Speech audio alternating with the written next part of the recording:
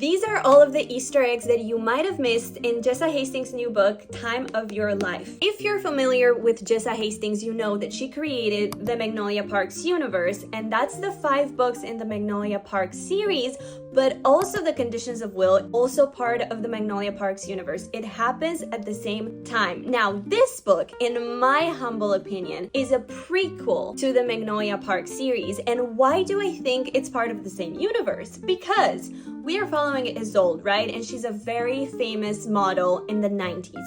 And we are introduced to her bodyguard, and her bodyguard's name is Kekua. And I see that name and I think to myself, this sounds familiar. Let me just quickly do a Google search. And what does one find out when she Googles Kekua?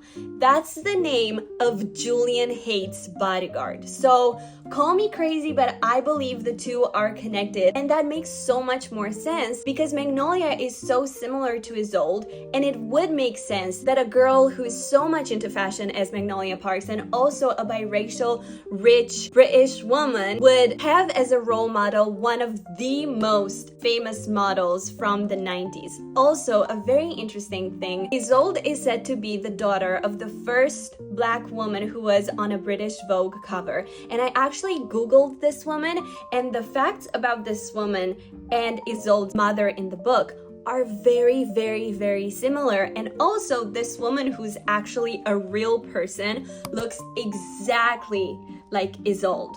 And now the last thing that kind of rang a bell in my brain as I was reading this book was that this is supposed to be a series, right? To be continued, part 2, Time of Your Life, probably never. And I thought to myself, yeah, probably never, as in she's probably never gonna put it out, haha. But then as I was reading the book, we are introduced to Joa, the main male character, who is in a very famous band in the 90s, and their first album, like their debut album, is called Probably Never. So that means that book 2 might actually come, and Probably Never is just tied into the story.